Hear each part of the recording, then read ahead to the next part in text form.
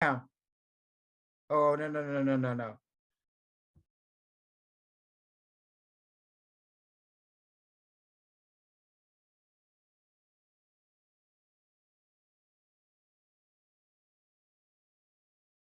It's time for a little comedy, a little content, and a lot of conversation. It's the Geno Jones Show, exclusively right here on YouTube. And now here's your host, Geno Jones. It's showtime. Geno Jones, showtime. What's happening, everybody? Wednesday, hump day. Shout out to my Working Divas on my radio show. I call Wednesday Working Divas Wednesday, but I know Divas, you be working hard every, or as Nelly would say, day. The Geno Jones Show. Monday through Friday, I come to you live right here, the Geno Jones YouTube channel. Please subscribe to the Geno Jones Show on the Geno Jones YouTube channel. Subscribe, share, like, and binge watch all my back episodes. Tell everybody you know, friends, family, co-workers, colleagues, strangers, folks you're not too crazy about, folks you can't stand, strangers, aliens from outer space. I don't really give a damn. Tell them all. The biggest, the best, the baddest show in the business right here. Happy anniversary to the Geno Jones Show. Happy anniversary, not to me personally, but to the show. This is the anniversary week 2 years ago. And my guest today is one of my very first guests. He believed in a brother from the door. From when we opened the door, he was right there for a brother. And he's been there, former lead singer for the Barcades, the one and only Larry D. He's got another new single called Harmonica Man. You've seen the videos. I'm Good, Just Sweet. Well, we're going to talk about Harmonica Man. And I'm going to ask him, can you play a harmonica? We're going to find that out. The song is called Harmonica Man. Election Day is 5 weeks from yesterday. 34 days until Election Day. Register to vote. I'm going to beat this drum like Sheila E. playing for Prince. Register to vote. I'm going to need all of you all, everybody, to don't just register to vote. Check your voter registration status. And because in a lot of places, here in South Carolina, the last day to register to vote for November 8th is Election Day, is Friday, 5 p.m. So a lot of states, the last chance to register to vote is coming up either the end of this week or next week. Every state is different.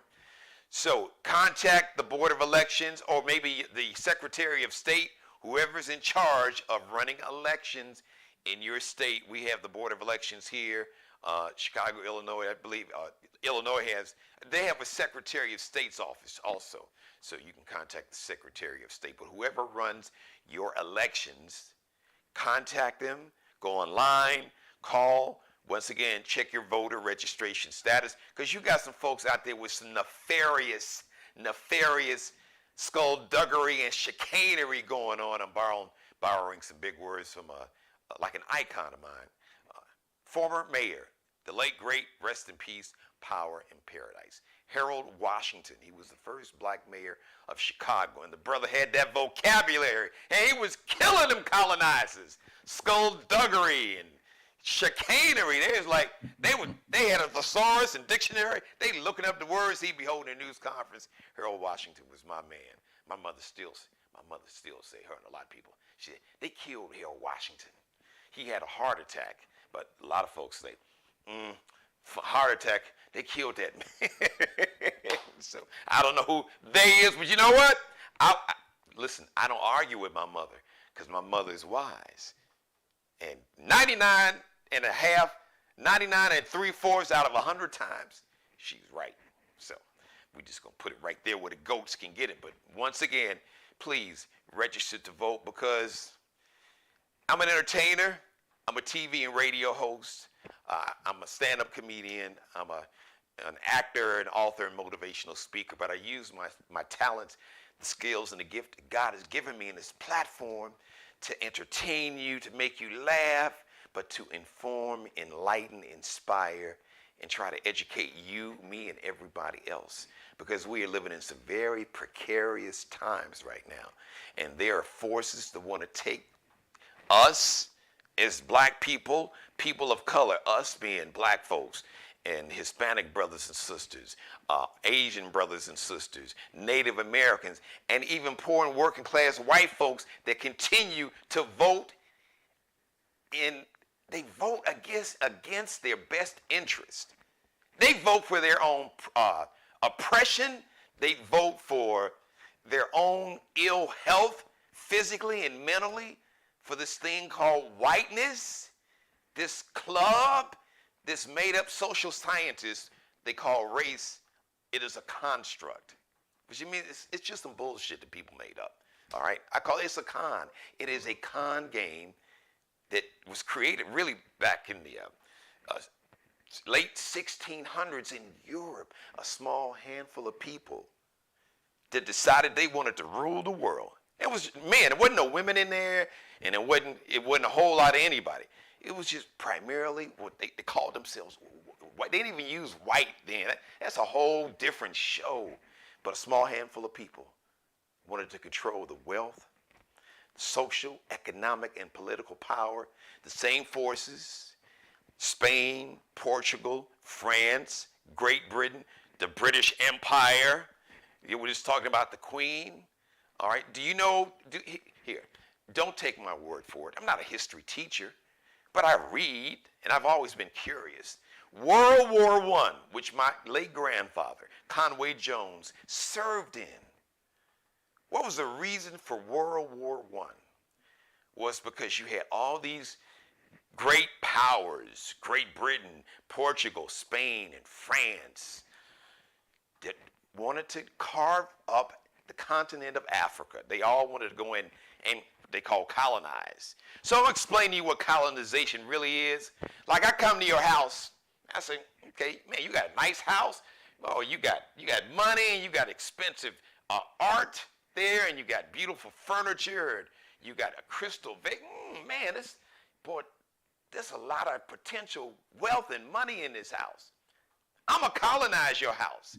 It means I'm just going to take your house. Really, it's like armed robbery. Basically, when you hear people talk about colonization, it's basically like a stick-up. I'm going to come to your house with weapons, and I'm going to take over your house. Now, if I don't kill you, then I'm going to turn you, you will become a slave. I'm going to make you work for me for free. I'm going to take all your resources, your wealth, your money, anything of value, artwork. If you got some bling, you got some jewelry, you got diamonds, I'm going to take it all. That's what happened. And that was the main reason for World War I. Those countries I just mentioned, Great Britain, primarily the British Empire, the biggest colonizer, the biggest thief, the biggest gangster. You talk about a gangster. And man, gangsters on Power and all them shows, they ain't got nothing on the British Empire. Fact. Not my feelings. Fact. Do your own homework. That's where this whole concept of whiteness came from. Because in America, everybody wasn't considered white when the Constitution was initially drawn up. Africans, look it up. Africans are 3/5 human. That's in the original Constitution. I'll give you $1. No, I'm going to give you $100 for every time you see the word woman in the original Constitution. I'll wait, but not that long, because you won't find it.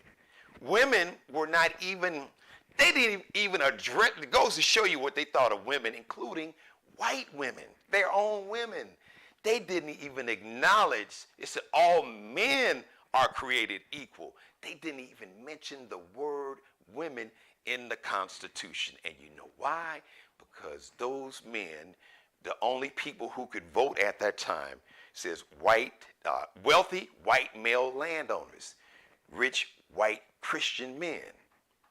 This sound like a lot of people that's in power. They want to take away your voting rights. They want to tell women what they can and can't do with their body. They want to tell women that, now you can have an abortion. Oh, even if having this child is going to kill you, too bad.